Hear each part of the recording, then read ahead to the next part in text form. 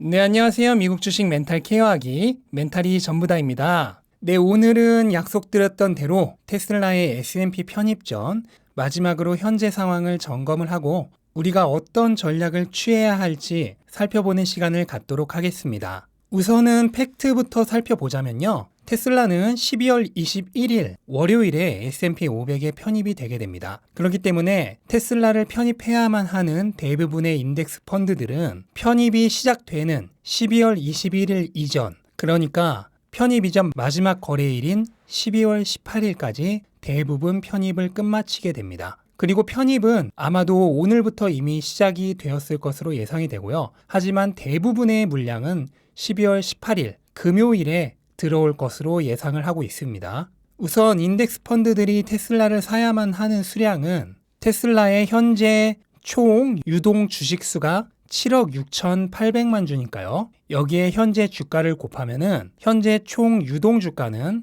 4,780억 달러가 됩니다. 그리고 현재 S&P 500의 전체 시가총액 규모가 31조 5천억 달러 정도 되기 때문에 테슬라는 S&P 500에서 약 1.5% 정도의 비중을 차지하게 됩니다. 그리고 현재 S&P 500을 추종하는 인덱스 펀드들의 총 자금은 5조 달러 정도 있기 때문에 그 얘기는 S&P를 추종하는 인덱스 펀드들은 테슬라를 총 750억 달러만큼 매수를 해야 된다는 거고, 이거는 총 1억 2,100만 주 정도가 됩니다. 거기에 인덱스 펀드들은 아니지만 S&P 500을 벤치마크하는 펀드들도 꽤 많이 있어요. 거기서는 또 어느 정도의 자금이 들어올지는 아무도 모릅니다. 그러니까 최소 1억 2,100만 주 이상의 테슬라의 주식을 기관들이 현재 매수를 해야 하는 상황인 거죠. 현재 테슬라의 전체 유동 주식 중에 기관이 가지고 있는 주식은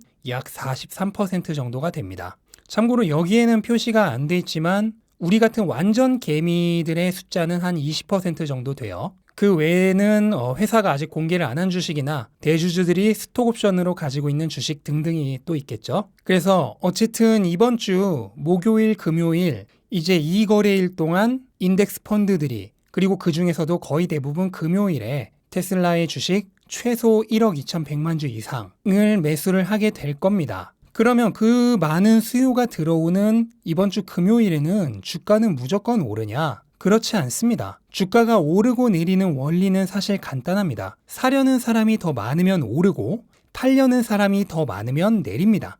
이틀 동안 인덱스 펀드들이 사야 하는 물량, 그러니까 1억 2,100만 주보다 팔려는 주식수가 적으면 오르는 거고요.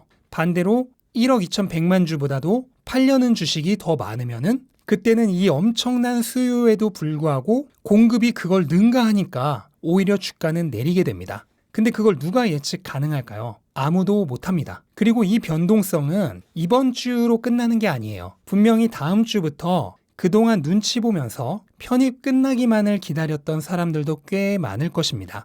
그 사람들 중에는 편입이 끝나고 사려고 했던 사람도 있고, 반대로 편입이 끝날 때까지 상황을 조금 더 지켜보다가 어느 정도 분위기가 정해지면 그때 팔려고 했던 사람도 있을 겁니다. 또는 편입이 끝나고 한 1, 2주일 정도 좀 더 지켜보다가 거취를 정하려는 사람도 있을 거예요. 그렇게 대기하고 있는 사람 중에 팔려는 대기자가 많다면 편입 후 주가는 떨어지는 거고, 사려는 대기자가 더 많다면 오히려 오르겠죠. 그런데 이것도 마찬가지로 예측할 수 있는 사람이 아무도 없습니다. 즉, 편입 전, 편입 직후, 편입 후 조금 시간이 지나서 이 모든 타이밍에 있어서 오를지 또 내릴지 예측이 가능한 사람이 없어요. 그러니까 우리는 어떻게 대응을 해야 할까? 제가 여러 차례 얘기한 방법입니다. 사고 싶은 분이라면 최대한 그 리스크를 고르게 평탄화시켜야 합니다. 10주를 살 돈이 있다고 한다면 오늘부터 10거래일간 매일 한 주씩 나눠서 사는 거예요.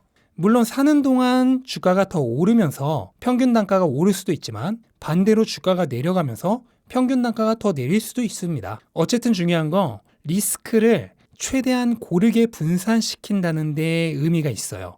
그리고 나는 더 이상 살 돈이 없는데요 하시는 분들은 바이 앤 홀드에서 바이는 이미 끝났으니까 남은 거 하나죠. 홀드만 하면 됩니다. 섣불리 그 와중에 단타를 쳐서 돈을 벌 생각을 하지 않는 게 좋습니다. 내가 팔았는데 주가가 더 오르는 경우도 많고, 또한 그렇게 시세 차익만을 노리려는 행동이 습관화되면 평생 주식을 돈 놓고 돈 먹기로 대하는 자세가 습관화됩니다. 그래서 언젠가는 크게 실패하는 날이 와요. 제가 월요일에도 한번 얘기했듯이 언제 출발할지 모르는 비행기가 환승공학에 잠깐 멈췄다고 내렸다 다시 타려는 생각은 무모합니다. 그냥 벨트 꼭 매고 한숨 자고 있는 게 훨씬 안전해요. 비행기는 언제 다시 출발하는지 알려주지만 주식은 아무런 예고 없이 갑자기 출발하기 때문입니다. 그리고 지금처럼 주가가 600 초반 정도에서 지지부진하게 편입이 마무리된다면 모두가 생각했던 편입 후 큰 조정은 오지 않을 가능성도 커요. 조정이란 거는 주가가 과열이 됐을 때 식혀주는 역할이죠. 당연히 과열이 심할수록 조정도 심합니다. 하지만 현재 테슬라는 팔고 싶은 사람이 미리 팔고 나가고 있는 분위기예요. 그러다 보니까 정작 편입 후에 생각보다 과열이 심하지 않기 때문에 모두가 생각했던 조정이 오지 않을 수도 있어요. 오히려 더 오를 수도 있는 거고, 지금 보여드리는 표는 올해 S&P 500에 편입됐던 주식들의 이후 횡보를 나타낸 표입니다.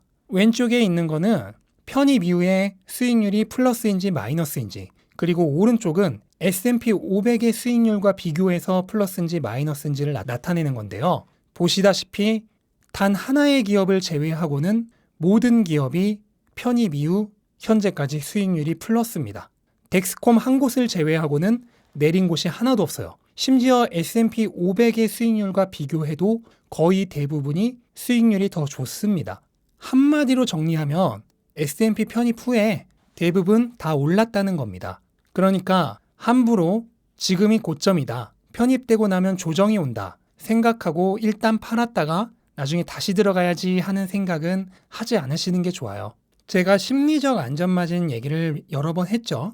우리가 주식을 사고 그 주식의 주가가 오르는 동안 열심히 buy and hold, 한국말로 존버를 해서 심리적 안전마진을 벌어놓으면 그 다음부터는 주가가 떨어지던 오르던 별로 흔들리지 않게 됩니다.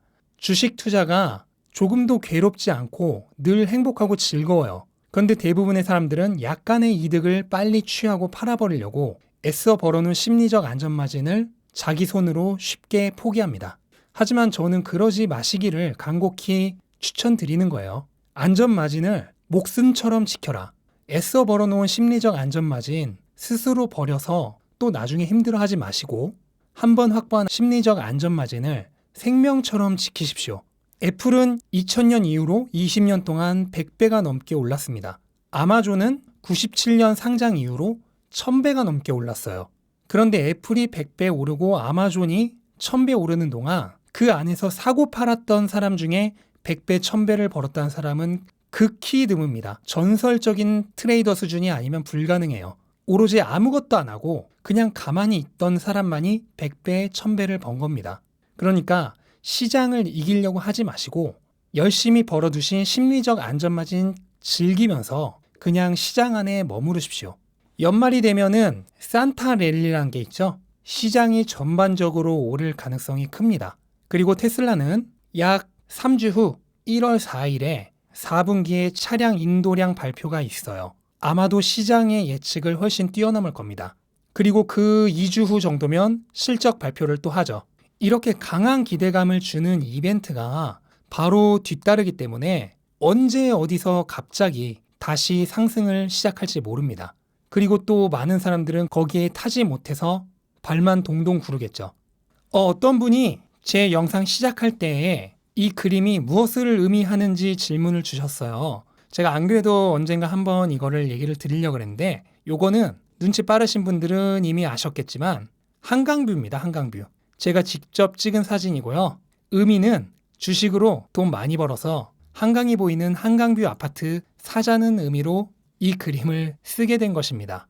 뭐 서울에 사는 분이 아니시라면 본인이 살고 있는 곳에 가장 랜드마크를 떠올리면 되는 거고요. 어쨌든 제 희망은 제 채널 구독자분들이 모두 위대한 주식을 오래오래 장기 투자하셔서 나중에 한강이 보이는 한강뷰 아파트 한 채씩을 다 장만하셨으면 하는 바람입니다. 뭐 잘 되면 그냥 한 동을 다 전세 내는 것도 괜찮고요. 그리고 더 먼 미래에는 한 2050, 60년에는 일론 머스크랑 같이 화성에 가서 화성에서 정모를 하는 꿈도 꾸어보고 싶습니다. 내 이상 S&P 500에 편입되기 전에 우리가 어떤 자세를 취해야 하는지 마지막으로 한 번 더 점검을 해봤고요. 하지만 모든 판단은 다 본인이 각자 하는 겁니다. 부디 현명한 판단 하셔서 본인이 가장 행복한 투자를 지속할 수 있게 되시길 간절히 바라는 마음으로 영상 마치겠습니다. 영상 도움이 되셨다면 구독과 좋아요 부탁드리고 끝까지 시청해주셔서 감사합니다.